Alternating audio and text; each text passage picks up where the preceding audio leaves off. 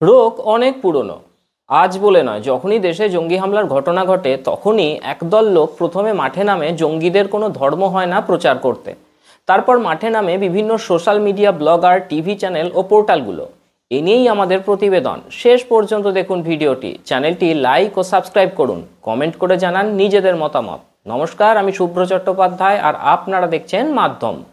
ভারতে যে কোনো সন্ত্রাসবাদী কার্যকলাপের পরই খবরের কাগজে কিছু প্রতিবেদন লেখা হয়, যেখানে দেখানো হয় গরিব স্কুল শিক্ষকের ছেলে কিভাবে যে জঙ্গি হয়ে গেল, কোনোদিন বুঝতেই পারেনি পরিবার। কিংবা ধরুন ওই জঙ্গির পাড়া, বাড়ির লোক কিংবা প্রতিবেশীদের কয়েকজনের সাক্ষাৎকার নেওয়া হয়, যেখানে তারা বলবেন 10, 15, 20 বা তার বেশি নিরীহ মানুষকে বিস্ফোরণে মেরে ফেলা জঙ্গিটা নাকি ছিল ভীষণ মানবিক, ছোট থেকেই মানবিক, ইত্যাদি ইত্যাদি। দিল্লি বিস্ফোরণের পরেও সেরকম বেশ কয়েকটা ঘটনা ঘটেছে। আশ্চর্যের বিষয় দেখুন, সেই সন্ত্রাসী সমর্থক মিডিয়াগুলো কিন্তু কোনো ভিকটিমের বাড়ির খোঁজ খবর নেয়নি। তারা দেখায়নি কিভাবে কোনো পরিবার হারালো তাদের রোজগেরে পরিশ্রমী মেধাবী সন্তানকে। বাংলার সব মিডিয়াগুলো ছেপেছে দাড়ি টুপিওয়ালা লোকের চোখের জলের ছবি। বুঝতে বাকি থাকে না তাদের এই উদ্দেশ্যমূলক আচরণ।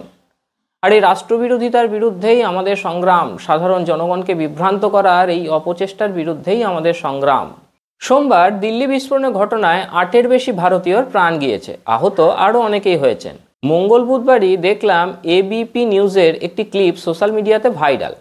যে ভিডিও প্রতিবেদনে দিল্লি বিস্ফোরণে জড়িত এক জঙ্গির ভাই কিংবা প্রতিবেশী অন ক্যামেরা বলছে, ও বহুত জ্যাদা রহম দিল থা, আপ কিসি সে ভি পুছ সকতে হো। মানে যে জঙ্গিটা শয়ে শয়ে মানুষ মারার প্ল্যান করেছিল, 10টা বা তার বেশি মানুষের জীবন কেড়ে নিয়েছেন নৃশংস বিস্ফোরণ ঘটিয়ে, সে নাকি রহিম দিল, খুব বেশি মানবিক ছিল। একবার নিজেরাই দেখে নিন সেই ভিডিওটা। बहुत ज्यादा रहम दिल था, ये आप सब लोग उसे पूछ सकते हो वो कितना रहम दिल था। जी सर। জঙ্গির বাড়ির লোক জঙ্গিদের মানবিক বলছে, সেটার একটা লজিক না হয় খুঁজে পাওয়া গেল। কিন্তু যে সংবাদপত্র, টিভি চ্যানেল, পোর্টাল এই খবরগুলো তুলে ধরছে, তাদের উদ্দেশ্যটা কি? শুধুই কি আদর্শ মোদি বিরোধিতা, নাকি এর পিছনে রয়েছে বড় অঙ্কের অর্থ? মোদি সরকার ক্ষমতায় আসার পর থেকেই বিদেশি অর্থ দিয়ে দেশে অস্থিরতা তৈরির যে প্রচেষ্টা, সেটাকে কড়া হাতে সামলে আসছেন। কিন্তু এখনও নানা এনজিও বা মানবাধিকার সংগঠনের হাত ঘুরে বিদেশের টাকা ঢুকছে এক শ্রেণীর মিডিয়া ব্লগার, সোশ্যাল মিডিয়া অ্যাক্টিভিস্টদের হাতে। ডিপ স্টেট থেকে পেট্রো ডলার, সব ধরনের কাঁচা টাকাই পৌঁছেছে তাদের হাতে। ভারতবর্ষের স্থিতিশীলতা ডিপ স্টেটের পছন্দ নয়। তারা পাকিস্তানের 12টা বাজিয়েছে বহুদিন আগেই, তারপর ডুবিয়েছে বাংলাদেশকে। সম্প্রতি একটি রাশিয়ান চ্যানেলে দেওয়া সাক্ষাৎকারে বাংলাদেশের প্রাক্তন মন্ত্রী মহিবুল হাসান চৌধুরী নওফেল বলছেন কিভাবে 2018-19 সাল থেকেই ডিপ স্টেট টাকা ঢালছিল বাংলাদেশকে অস্থিতিশীল করার জন্য। আর সেই কাজে ব্যবহৃত হয় সেই দেশেরই এক শ্রেণীর লোভী মানুষজন। দেখে নিন একবার মহিবুল হাসান চৌধুরী নওফেল ঠিক কি জানিয়েছেন। Is playing a very dirty geopolitical game. ক্ষমতাচ্যুত সাবেক প্রধানমন্ত্রী শেখ হাসিনার বিদেশি গণমাধ্যমকে একের পর এক সাক্ষাৎকারের মধ্যে এবার সামনে আসলেন সাবেক শিক্ষামন্ত্রী মহিবুল হাসান চৌধুরী নওফেল। রাশিয়ার রাষ্ট্রীয় গণমাধ্যম রাশিয়া টুডে বা আরটিকে সাক্ষাৎকার দিয়েছেন পতিত আওয়ামী লীগ সরকারের এই মন্ত্রী। Bangladesh's position during the time of Sheikh Hasina সরকারের পতনের জন্য আমেরিকার রাষ্ট্রীয় সহায়তা সংস্থা ইউএসএআইডি এবং দেশটির প্রভাবশালী ক্লিন্টন পরিবার দায়ী। আরটিকে দেয়া সাক্ষাৎকারে এমন দাবি করেছেন Mohibul Hasan Chowdhury Naufel. especially the Biden family, especially the Clintons, especially the Soroses, these families who had a nexus with Mr. Yunus. ভারতেও ডিপ স্টেটের পছন্দের বাহিনী হচ্ছে এখানকার বাম সেকুলারিস্টদের সাংবাদিক কুল। প্রতিটা জঙ্গি হামলার পর এই সাংবাদিকরা খুঁজতে বসে যান কোনো গরিব স্কুল শিক্ষকের ছেলে এই জঙ্গি ছিল কিনা, একজন জঙ্গি কতটা মানবিক, এগুলোকে প্রমাণ তাদের করতেই হবে। কিন্তু কি হয় এগুলোকে প্রমাণ করে? সমাজের ঠিক কোন কাজে লাগে এই তথ্য? এই ধরনের প্রতিবেদন কি করে জানেন? আরও 2জন শিশু, যুবক যুবতী, কলেজ পড়ুয়া, স্কুল পড়ুয়া, টিনেজার, বিশ্ববিদ্যালয় পড়ুয়াকে উৎসাহ দেয় জঙ্গি মানসিকতা সম্পর্কে। তাদের আগ্রহ তৈরি হয়। একটা কথা, জঙ্গি, ধর্ষক, খুনি, রাক্ষস এরা ভয়ঙ্কর, এদের কিছু ভালো থাকতে পারে না। যে বা যারা দিনে দুপুরে গাড়ি বোঝায় বিস্ফোরক নিয়ে বিস্ফোরণ ঘটিয়ে কয়েকশো মানুষকে খুনের প্ল্যান করতে পারে, তারা কোনোভাবেই কোনো কারণে তারা মানবিক হতে পারে না। তারা কখনো মানবিক ছিল না। তারা বই পড়তো কিনা, বই পোকা ছিল কিনা সেটা জেনে সমাজের কোনো উপকার হয় না। তারা ঘৃণ্য। এই প্রচারই একমাত্র জঙ্গি মানসিকতাকে দূরে ঠেলতে পারে।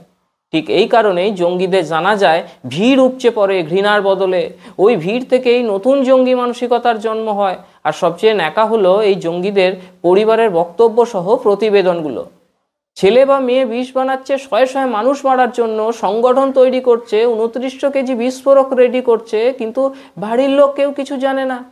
কোনোদিন মনেই হয়নি তাদের যে এরকমটা হতে পারে।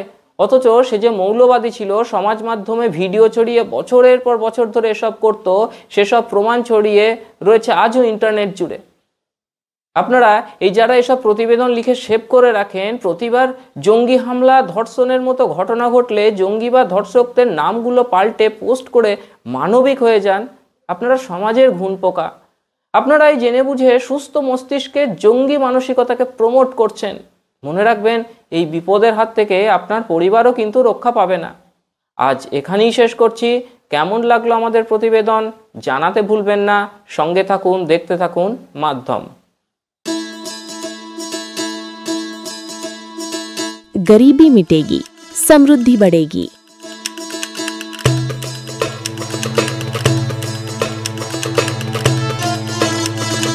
यही संकल्प है प्रधानमंत्री नरेंद्र मोदी जी और मुख्यमंत्री मोहन यादव का।